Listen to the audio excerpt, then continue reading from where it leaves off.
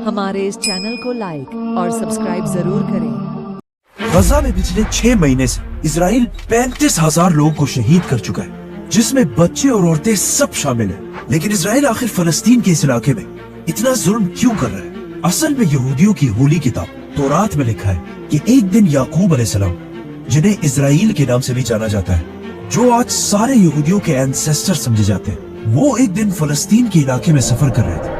तो रास्ते में एक रात वो रेस्ट करने के लिए एक पत्थर पर सर रख कर सो गए, जहाँ उन्होंने एक ख्वाब देखा। और इस ख्वाब को यहूदियों की हिस्ट्री में बहुत इम्पोर्टेंट रोल हासिल है। उन्होंने ख्वाब देखा कि जिस पत्थर पर वो सर रख कर सो रहे हैं, वहाँ पर जमीन से आसमान की तरफ एक लैडर, सीढ़ियां है, जिस पर बहुत सारे फरिश्ते बहुत तेजी से ऊपर और नीचे जा रहे हैं। याकूब अलैहिस्सलाम नींद से उठे और कहा कि यही इलाका अल्लाह का असल घर है और इसी इलाके से खुदा की तरफ पहुंचा जा सकता है।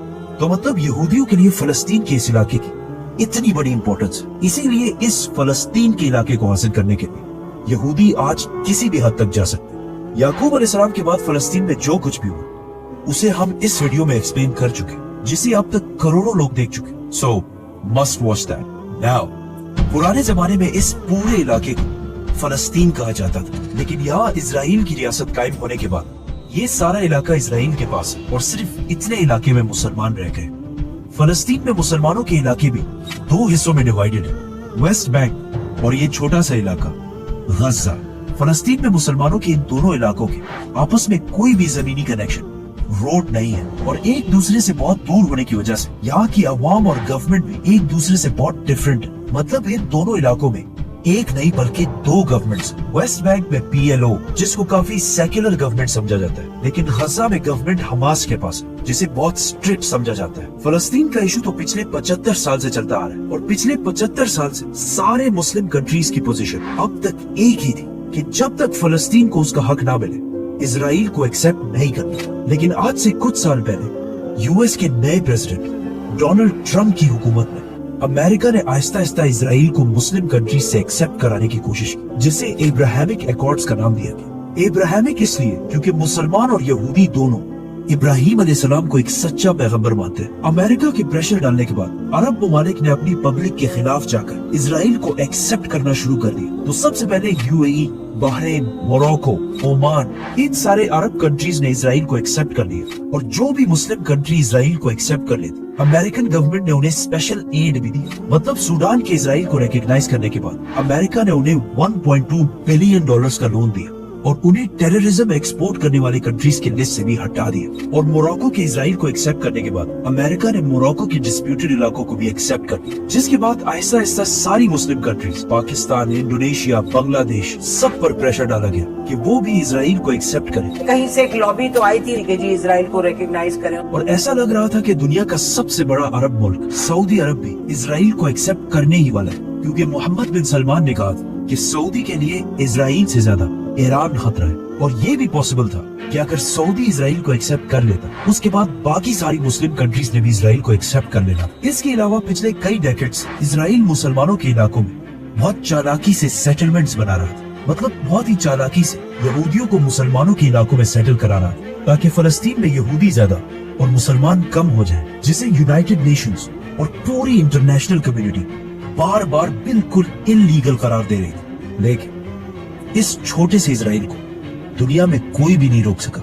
इन सारे चीजों की वजह से पूरी दुनिया में ये कहा जा रहा था कि अब फाइनली फलस्तीन का मसला हमेशा के लिए दफन हो जाएगा और इजराइल पिछले 75 साल की जंग जीत जाएगा। तो आखिर आज से 6 महीने पहले 7 अक्टूबर को गजा को कंट्रोल करने वाले हमास ने अचानक इजराइल पर हमला कर और उनके फाइटर्स इजराइल में दाखिल हुए और वहाँ उन्होंने 1130 लोगों को कत्ल किया और गजा से बाहर ऑलमोस्ट 24 किलोमीटर का इलाका कब्जा कर लिया, जो इजराइल के साइज के हिसाब से बहुत बड़ा इलाका है। और 150 यहूदियों को पकड़कर वापस गजा हॉस्टेज बनाकर ले गया, जिसके बाद पूरी दुनिया में ये न्यूज फैल गई कि हमास ने इजराइल पर बहुत बड़ा टेररिस्ट अटैक किया है और कहा कि उन्होंने बहुत सारे सिविलियंस और बच्चों और औरतों को भी कत्ल किया। ऑल्दो इससे कुछ अरसे के बाद हमास के लीडर्स ने एक्सेप्ट भी किया कि उनके फाइटर से इस हमले में कुछ गलतियां हुई है। हमास के इस अटैक के बाद अब पूरी दुनिया इजराइल की तरफ देख रही थी कि अब उनका रिस्पांस क्या होगा, जिसके बाद इजराइल के वज़ीर-ए-आज़म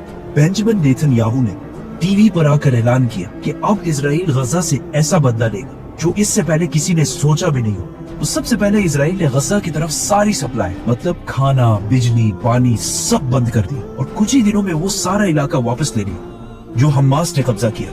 जिसके बाद इजराइल के डिफेंस मिनिस्टर ने एक इंटरव्यू में कहा कि हमारी लड़ाई इंसानों से नहीं बल्कि जानवरों से, और अपने सोल्जर्स को हुक्म दिया कि इनके साथ जो भी करना चाहो करो क्योंकि ये तो जानवर है। और ये सब करने के लिए इजराइल के पास अमेरिका का फुल सपोर्ट हासिल था और अरब कंट्रीज की खामोशी से भी ये लग रहा था कि वो फलस्तीन के साथ नहीं बल्कि इजराइल के साथ। इसी के साथ इजराइल ने गजा पर एयर स्ट्राइक्स करना शुरू कर जिससे गजा में हजारों लोग शहीद हुए और उसके कुछ ही दिनों बाद इजराइल की आर्मी IDF गजा के अंदर दाखिल हुई और फलस्तीनियों को मारना शुरू किया। इजरायली आर्मी को फाइटर जेट्स, टैंक्स और मिलिट्री पर्सनल की वजह से दुनिया की सबसे ताकतवर आर्मीज में से एक समझा जाता है और कहा जाता है कि इजराइल के पास 80 एटम बॉम्ब्स भी मौजूद हैं। इसके अलावा इजराइल की इंटेलिजेंस एजेंसी मोसाद को दुनिया की बेस्ट स्पाई एजेंसीज में से एक समझा जाता है विद 7000 एजेंट्स। ये दुनिया की सबसे बड़ी स्पाई एजेंसीज में से एक। अब क्वेश्चन ये है कि अगर इनकी इंटेलिजेंस एजेंसी मोसाद इतनी स्ट्रॉन्ग है तो इनको हमास के इतने बड़े हमले की प्लानिंग का कैसे पता नहीं चल सका। अब यहाँ पे कुछ लोगों का ख्याल है कि हो सकता है हमास इजराइल के साथ मिला हुआ है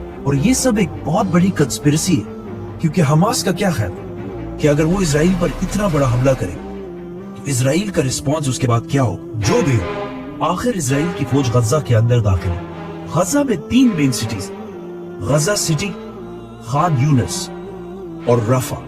तो सबसे पहले इजरायली फौज ने इन तीनों सिटीज के आपस की कनेक्शन को तोड़ने की कोशिश की और फिर पूरी दुनिया के सामने फलस्तीनियों पर जुल्म करना शुरू किया जिसमें उन्होंने अब तक 35,000 फलस्तीनियों को शहीद किया और अभी भी ये नंबर बहुत तेजी से बढ़ता जा रहा है। इजराइल के एयर स्ट्राइक्स ने आहिस्ता आहिस्ता बहुत सारे हॉस्पिटल्स को टारगेट करना शुरू किया। इस सब के दौरान बार बार UN सिक्योरिटी काउंसिल की मीटिंग्स इजराइल के इस जुल्म के खिलाफ रेजोल्यूशंस पेश होती रही, लेकिन जैसे ही कोई कंट्री ये रेजोल्यूशन पेश करे अमेरिका उसे वीटो करके खत्म कर दे। इस जेनोसाइड के लिए इजराइल को उसके सपोर्टर्स ने पूरी दुनिया से फुल फ्लेज सपोर्ट किया जैसे USA और यूरोपियन कंट्रीज। लेकिन फलस्तीन के सपोर्टर्स जिसमें सबसे बड़ी रिस्पॉन्सिबिलिटी अरब कंट्रीज की बनती थी और फिर बाकी मुस्लिम वर्ल्ड की, इन अरब कंट्रीज ने फलस्तीन के लिए कोई भी एक्शन नहीं उठाया। इवन वो अरब ममालिक जो इससे कई साल पहले इजराइल के खिलाफ जंगे भी लड़ चुके और हर जंग बहुत बेशर्मी से हारे, उन्होंने भी इस बार कोई एक्शन नहीं उठाया। मीनवाइल जब सारे मुस्लिम कंट्रीज फलस्तीन के इस मसले को इग्नोर कर रहे हैं, उसी टाइम दुनिया के सारे मुसलमानों ने इजराइल के खिलाफ खुद ही एक्शंस लेना शुरू कर दिए और आहिस्ता आहिस्ता पूरी दुनिया में इजराइल के खिलाफ प्रोटेस्ट होना शुरू हुए। ACLED की रिपोर्ट के मुताबिक अब तक दुनिया में जितने भी प्रोटेस्ट हुए उनमें से सिर्फ 14% इजराइल के हक में हुए और दुनिया के बाकी 86% प्रोटेस्ट सिर्फ और सिर्फ फलस्तीन के हक में हुए।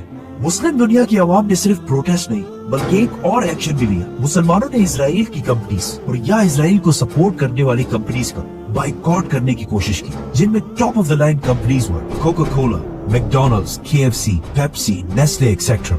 नाउ दुनिया में 57 मुस्लिम कंट्रीज और 2 बिलियन 200 करोड़ मुसलमान। अगर इतने सारे लोग किसी कंपनी का बाइकॉट करें तो होना तो ये चाहिए कि वो कंपनी बिल्कुल खत्म हो जाए। इस बाइकॉट से पहले तो इन कंपनीज को थोड़ा नुकसान हो, मतलब इनके सेल्स मुस्लिम वर्ल्ड में काफी हद तक कम हुए और स्टॉक एक्सचेंज में भी इन कंपनीज के शेयर प्राइसेस थोड़े से नीचे जाने लगे। बट सिर्फ थोड़े से नीचे जाने के बाद आहिस्ता आहिस्ता कुछ ही अरसे में हर चीज दोबारा नॉर्मलाइज होने लगी और इस बाइकॉट से इतना कोई मेजर फर्क नहीं पड़ा। अब ऐसा क्यों हुआ? इसके 2 रीजन हो सकते कि या तो दुनिया के 2 बिलियन मुसलमानों की औकात ये है कि इनके बाइकॉट करने से दुनिया में किसी को कोई फर्क नहीं पड़ता और या मुसलमानों ने सही तरह इन कंपनीज का बाइकॉट किया ही नहीं। 7 अक्टूबर के अटैक के बाद इजराइल के इतने सख्त जुल्म पर उसे सिर्फ एक कंट्री ने टेंशन में रखा और उसका नाम है ईरान, पर्शिया, जिसकी वजह से इजराइल ने दमिश्क में ईरान के कॉन्सुलेट पर हमला कर दिया, जिसका फिर ईरान ने फुल रिस्पॉन्स दिया। लेकिन जब इजराइल इतनी आसानी से ये जंग जीत रहा था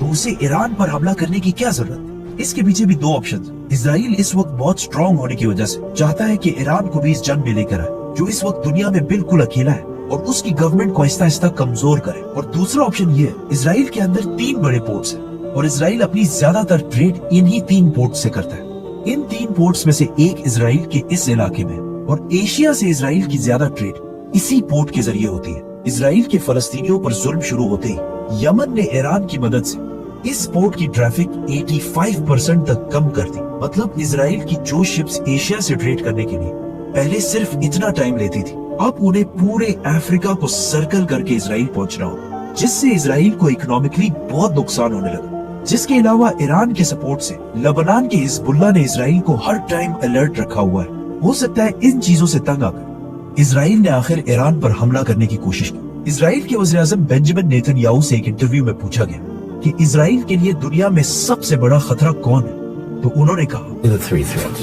Iran, Iran, Iran. लेकिन अब जब पूरी मुस्लिम दुनिया इसराइल को एक्सेप्ट करने की तरफ जा रही है, तो ईरान बिल्कुल अकेला दूसरी साइड पर क्यों जा रहा है?